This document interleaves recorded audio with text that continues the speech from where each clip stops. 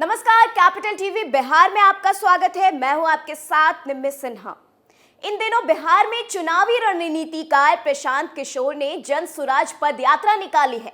प्रशांत किशोर के इस जन सुराज पद यात्रा के अब जिला अधिवेशन हो रहे हैं और इसके जरिए पीके की कोशिश है कि राजनीतिक दल बनाने को लेकर लोगों की राय जानी जाए। आपको बता दें कि गोपालगंज जिले में भी जन सुराज पद यात्रा का जिला अधिवेशन हुआ है, जिसमें 2644 लोगों ने मतदान किया। बताया जाता है कि मतदान करने वाले कुल 2644 लोगों में से 2580 लोगों ने कहा कि जन सुराज राजनीतिक पार्टी बने।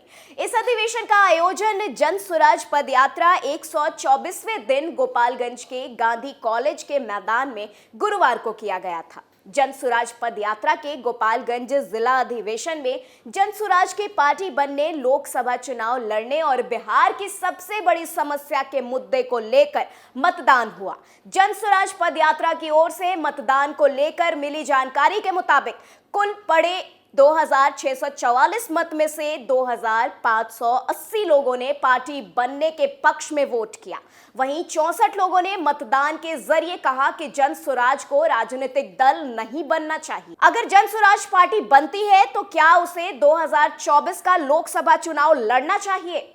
आपको बता दें कि इस सवाल के जवाब में 2644 में से 2462 लोगों ने कहा कि हाँ, लोकसभा चुनाव लड़ना चाहिए। वहीं 182 लोगों ने लोकसभा चुनाव लड़ने के खिलाफ भी वोट दिया।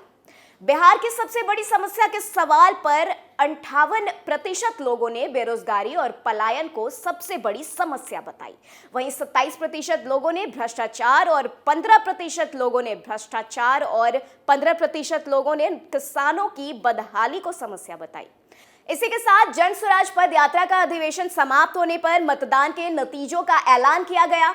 वोट की गिनती भी लोगों के सामने ही की गई। गौरतलब है कि जन सुराज पद यात्रा के दौरान राजनीतिक दल बनाने के सवाल पर पीके ने साफ किया था कि इसे लेकर लोगों की राय ली जाएगी। उन्होंने ये भी कहा था कि लोगों की राय के मुताबिक ही निर्णय लिया जाएगा। राजनीतिक रणनीतिकार से कार्यकर्ता बने प्रशांत किशोर, जो वर्तमान में बिहार में पदयात्रा पर हैं, अभी तक इस बारे में एक निश्चित दावा करने से कतराते रहे हैं कि वह या उनका संगठन चुनाव लड़ेगा या नहीं।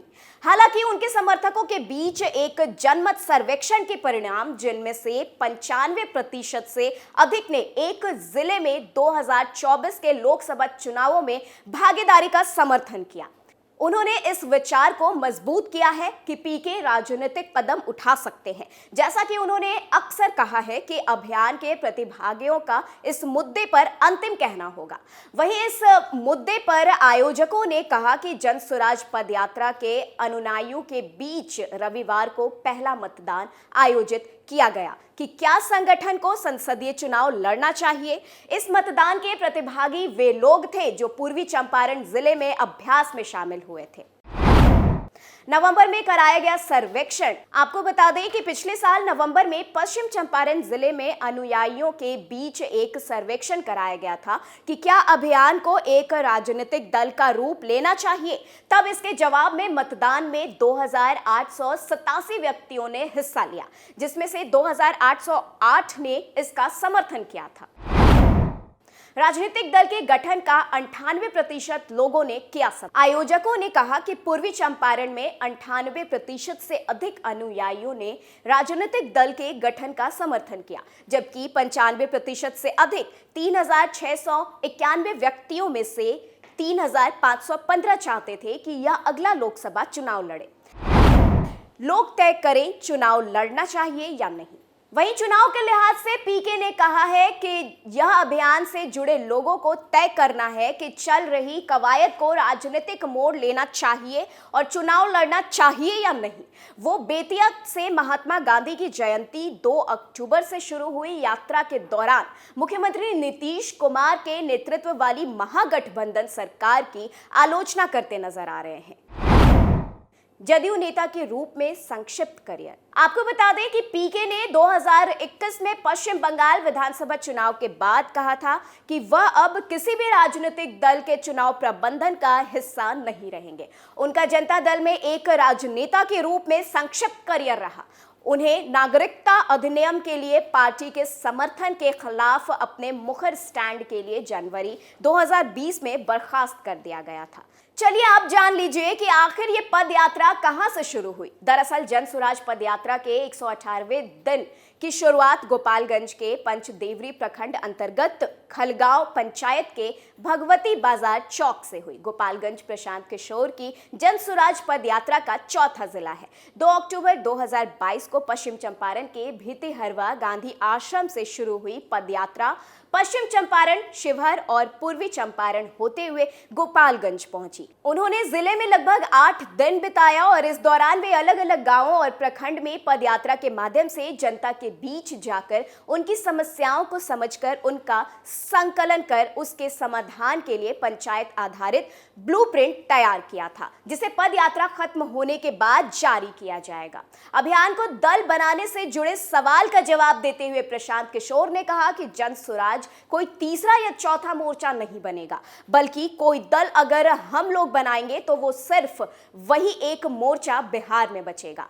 हम उनमें से नहीं हैं जो लड़ने के लिए नहीं लड़ते हैं, बल्कि हम जीतने के लिए आए हैं। अगर जनसुराज दल बनेगा तो बिहार की राजनीति में जनसुराज ही एक दल बचेगा। आपको एहसास नहीं है कि हम कितनी बड़ी व्यवस्था बना रहे हैं। अगर लोग मिलकर जनसुराज को एक राजनीतिक दल बनाएंगे तो उसे जिताने की चिंता करने की जरूरत नहीं है। इस दौरान उन्होंने दावा किया कि मार्च 2022 में ही दिल्ली में नीतीश कुमार मुझे बताया था कि महागठबंधन बनाने जा रहे हैं और इसमें शामिल हो जाओ। उनका आकलन था कि यदि वे भाजपा के साथ रहते हैं तो साल 2024 में लोकसभा चुनाव जीतने के बाद सबसे पहले भाजपा उन्हें हटाकर ये कहती कि अब हमारा मुख्यमंत्री होगा। इसलिए नीतीश कुमार 2025 तक मुख्यमंत्री की कुर्सी पर सुरक्षित रहने के लिए महागठबंधन के साथ चले गए। नीतीश कुमार इसलिए तेजस्वी को मुख्यमंत्री बनाने की बात कह रहे हैं ताकि 2025 के बाद बिहार के खराब शासन व्यवस्था बने। नीतीश कुमार इसलिए तेजस्वी को मुख्यमंत्री बनाने की बात कह रहे हैं ताकि 2025 के बाद बिहार के खराब शासन व्यवस्था बने और बिहार की जनता ही कहे कि इससे बढ़िया तो नीतीश कुमार ही थे। नीतीश कुमार का जनता के प्रति गुस्सा है कि उन्होंने इतना काम किया, उसके बावजूद जनता ने उन्हें सिर्फ 42 सीटें दी। इसलिए नीतीश कुमार चाहते हैं कि लालू जी का जंगल राज फिर से लौट आए और जनता नीतीश कुमार को फिर इसी बहाने याद करे। प्रशांत किशोर ने महागठबंधन पर वार करते हुए कहा था कि जो महागठबंधन 2015 में हमने बनवाया था, मैं जानता हूं कि उसे बनाने चलाने में क्या समस्या और परेशानी है।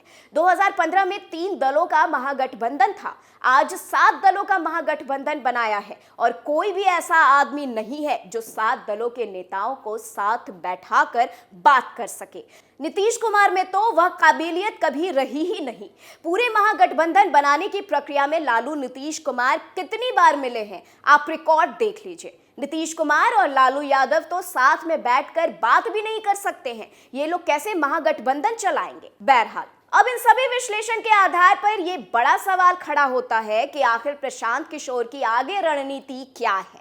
क्या वो सच में खुद की राजनीतिक पार्टी बनाने वाले हैं? क्या सच में इस बार पीके चुनावी रण में उतरने वाले हैं? तमाम सवालों के जवाब के लिए आप जुड़े रहे कैपिटल टीवी बिहार के साथ। चैनल को लाइक करें, सब्सक्राइब करें, कमेंट करें। दीजिए इजाजत, नमस्कार।